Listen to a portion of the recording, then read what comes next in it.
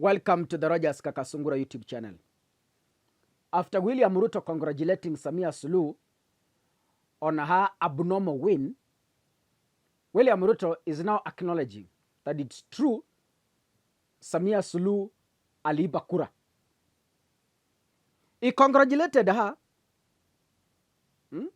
William Ruto congratulated her. Akasema, on behalf of myself and on behalf of Kenyans, we extend our congratulations. Tukamuuliza, sisi tukakongratulate mwizi lini? I'm happy that maybe watched our criticism and is now pulling her back. So while being interviewed on Al Jazeera, Ruto said it's not possible, and I said it here. It is not possible for a president to win by 98%. It's impossible. In a democratic country that respects the rule of law, it is impossible. Haiwezekani. But jana, when Al Jazeera was interviewing Ruto alisema Ruto alisema sio kwa ubaya vile, lakini kwa kusema ukweli, sio eti nachukia Samia Suluhu ama Tanzania, lakini kusema ukweli nayo, tukirudi katika ukweli, in a democratic nation like Kenya, 98% win is an impossibility. It can't. It will not. Under our democratic constitution, it can't. You can't. In Kenya, we stayed with 50% plus 1. So 90%. I assume Tanzania is also democratic kwa sababu iko na katiba. Tanzania is a democratic country because it has a constitution. So the question we are asking, if Tanzania is a democratic country, how possible can someone win by 98% in a democratic world? Impossible. But then, what does the 98% mean to Samia Suluhu in Tanzania? Number one, erosion of reforms.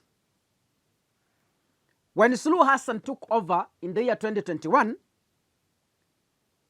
she praised for easing the authoritarian policies of her predecessor, John Magufuli, the bulldozer.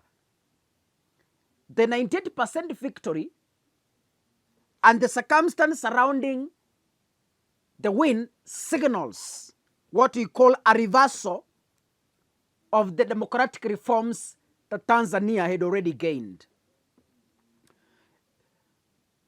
Analysts like me and others have also spoken and analyzed and said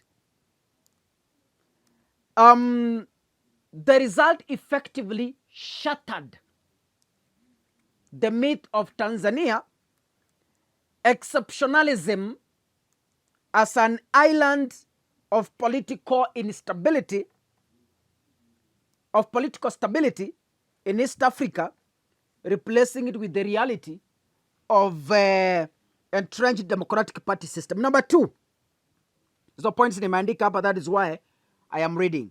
Failure of a fair contest. Hiyo nilizungumza hapa.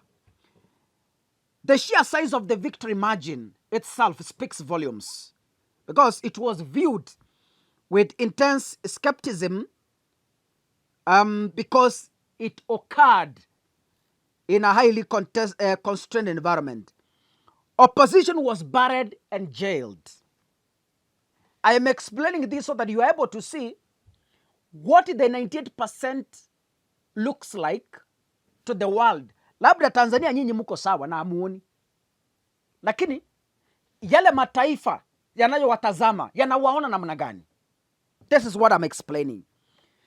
Key opposition figures were either barred from using the ballots or from running, or jailed, or disqualified, effectively removing a credible competition. Because we know, for something to be fair and credible, it must have a fair competition.